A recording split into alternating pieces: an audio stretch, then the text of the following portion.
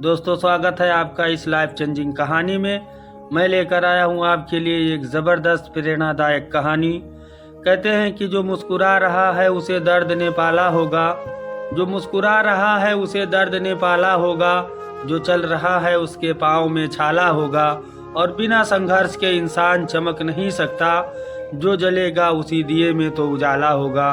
दोस्तों, ये संघर्ष से हम क्यों डरते हैं, क्यों बचते हैं हम संघर्ष करने से? संघर्ष ही तो जीवन की आत्मा है। जितना कठिन संघर्ष होगा उतनी ही शानदार जीत भी होगी। एक बार एक किसान भगवान से बहुत ही नाराज हो गया। किसान बहुत मेहनती था, बहुत मेहनत से वो खेतों में अनाज उगाता था और उसकी देखभाल करता था, पर अक्सर उसकी फसल खराब हो जाती थी। कभी सूखा पड़ जाता तो कभी बाढ़ आ जाती, तो कभी तेज धूप तो कभी आंधी, कोई न कोई कारण बन ही जाता था और उसकी फसल खराब हो जाती थी। एक दिन उस किसान ने गुस्से में आसमान की ओर देखकर भगवान से कहने लगा, हे ईश्वर, आपको लोग सर्वज्ञाता मानते हैं कि आप सब जानते हैं, कहते हैं कि आपके इच्छा के बिना एक पत्ता भी नहीं हिलता, पर मुझे तो लगता है कि आप छोटी सी छोटी बात भी नहीं जानते।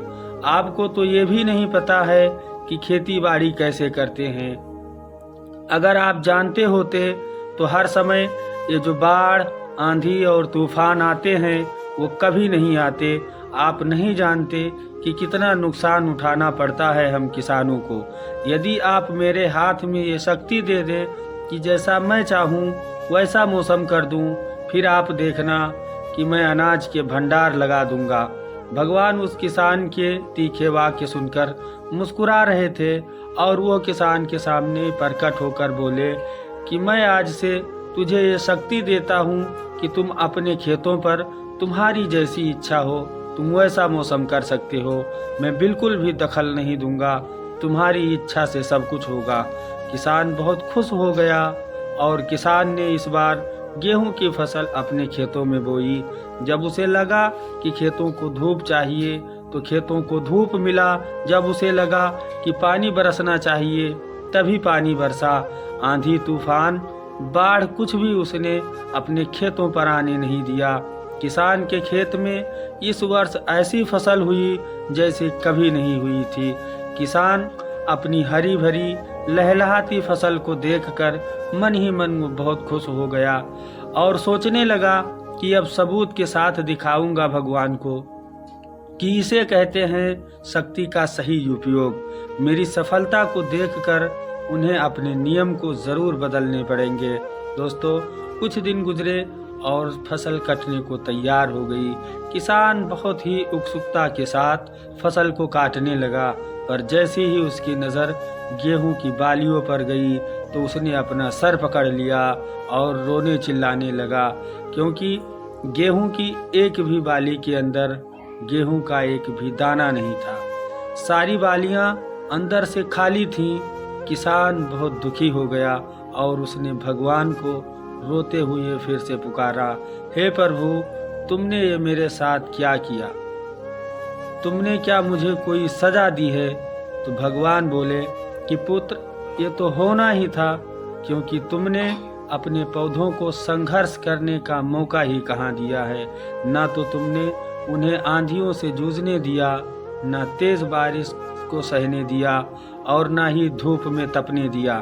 एक भी चुनौती का सामना तुमने उन्हें नहीं करने दिया, इसीलिए सारे पौधे अंदर से खोखले रह गए हैं। जब आंधी, तूफान, तेज बारिश और धूप पड़ती है तभी ये पौधे अपने अस्तित्व को बचाने के लिए संघर्ष करते हैं, और इसी संघर्ष से एक बल पैदा होता है जिसमें शक्ति होती है, ऊर्जा होती है, और यही ऊर्जा पूर्ति गेहूं के दानों में फूटती है, जो कि नहीं फूटी क्योंकि तुमने उन्हें कठिन परिस्थितियों से गुजरने नहीं दिया जहां उनके अस्तित्व का जन्म होता। सारी बालियां इसलिए खाली हैं इसमें एक भी गेहूं का दाना इसलिए नहीं है क्योंकि तुमने अपने पौधों को संघर्ष कराया ही नहीं है।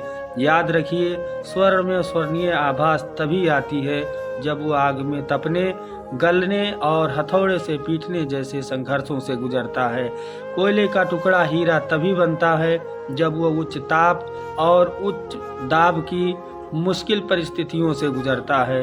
इसी तरह यदि हमारी जिंदगी में कोई संघर्ष ही न हो, कोई चुनौती ही न हो, तो हम भी गेहूं की बालियों की तरह खोखले रह जाएंगे। कोई अस्तित्व नहीं होगा हमारा। विपरीत परिस्थितियां, चुनौतियां, समस्याएं हमें और अधिक निखारती हैं और मजबूत बनाती हैं। यदि जीवन में कठिन परिस्थितियां आए और चुनौतियां आए तो घबराना मत, बल्कि सामना करना उनका, विश्वास करना कि आप और अधिक निखर जाओगे और अधिक मजबूत बन जाओगे। किसी ने कितना सही कहा है कि जिंदगी जीना आसान नहीं होता, जिंदगी जीना आसान नहीं होता, बिना संघर्ष के कोई महान नहीं होता, और जब तक नहीं पड़ती है चोट हथौड़े की, पत्थर भी कोई तब तक भगवान नहीं होता। तो दोस्तों, उम्मीद करता हूँ ये कहानी आपको ज़रूर पसंद आई होगी। आपका कीमती समय देने के लिए दिल से बहुत बहुत धन्यवाद।